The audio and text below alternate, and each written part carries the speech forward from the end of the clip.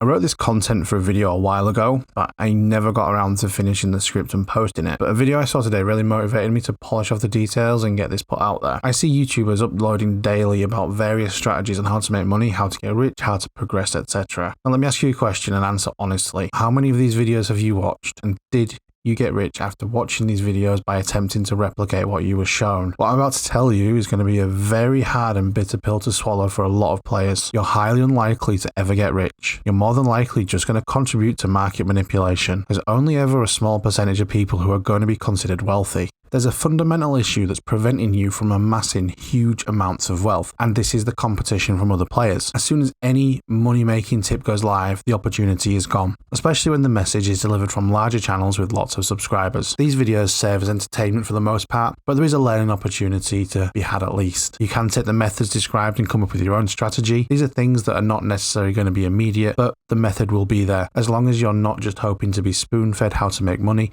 then you'll probably do okay. Can make consistent regular income if you're willing to work for it, and you'll probably be able to profit from various markets if you pay enough attention to them. In a player-driven economy like we have in New World, you need to realize that 1% of the players have the same wealth as the remaining 99%. When you look at the income from each town, you can see for yourself that your net worth is most likely a mere fraction of the total weekly income from owning a town. I have an analytical mind. When someone tells me something, I never take it on face value, and I always question things. I'll ask things like, what are the benefits of this, and how do we know this is working? And this is true for in-game ideas as well. I always think to myself, what is the bigger picture? What are the steps that got us to here, and what are the next steps in the process? In this context, there's a lot of systems in place, and you do really need to take 5 steps backwards and try and take in the bigger picture. When you can see the bigger picture, ask yourself, what am I being told, and what are the knock-on effects of doing this? So let's look at the idea from the video that motivated me to finish this video. I want to start out by saying that I'm not accusing anybody of anything sinister, and while you never know the true intentions or agenda of anyone, I'd say the likelihood is that this particular YouTuber is sincere and honest, and they're likely not trying to manipulate the economy for their own gain. They're only trying to,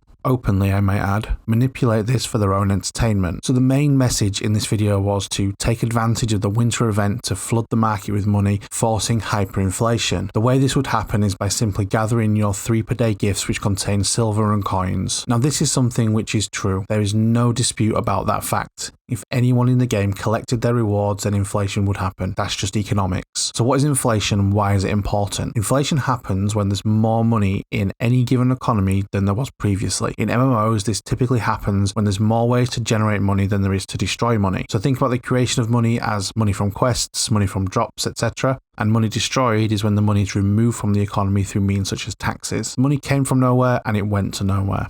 So in an event like this, you're bringing in a lot more money into the game than there was previously, and as a knock-on effect, the prices of items on the trading post will go up. This is just the basics of supply and demand. The price of an item will go up as people have more money to spend, so the perception of the cost of this item changes relative to the amount of cash they hold. The supply of these items doesn't change, the demand doesn't change, but the price will move to reflect the new quantity of money in the game. So what if the prices go up? You've got more money, what does it even matter? Well, let's take a step back and look at the bigger picture. So what happens next? Well, this event isn't going to last forever, so there's a limit as to how much extra income is going to come into the game. Once the extra cash stops coming into the game, then deflation will happen again. Prices will drop down and you'll have less cash to spend. The New World economy seems to be quite balanced with the money coming in and going out. It's supposedly close enough to be considered equal. This means that there's going to be more cash within the economy as a whole and will have a lasting effect on the economy. The positive effects you'll see is that fixed price systems will feel cheaper, such as housing tax and purchasing fees. Now let's take another step back and look at the bigger picture again. And here's where it gets a little bit sinister. Where do you think all that extra money is going to end up? One way or another, it's going to end up as taxes for the 1%. You'll see the amount of coins earned per week increase. If the governors are really smart, they'll raise taxes of everything in the city while people are getting the feel for the new value of the items. The only people who are going to benefit from this are the super rich and the people who don't spend their money until the prices return to the post-event prices. If you don't take advantage of this, then you're probably going to end up much poorer by the end of it. As I've said previously, you never know anyone's agenda or motivation. So what's my agenda and motivation for this video?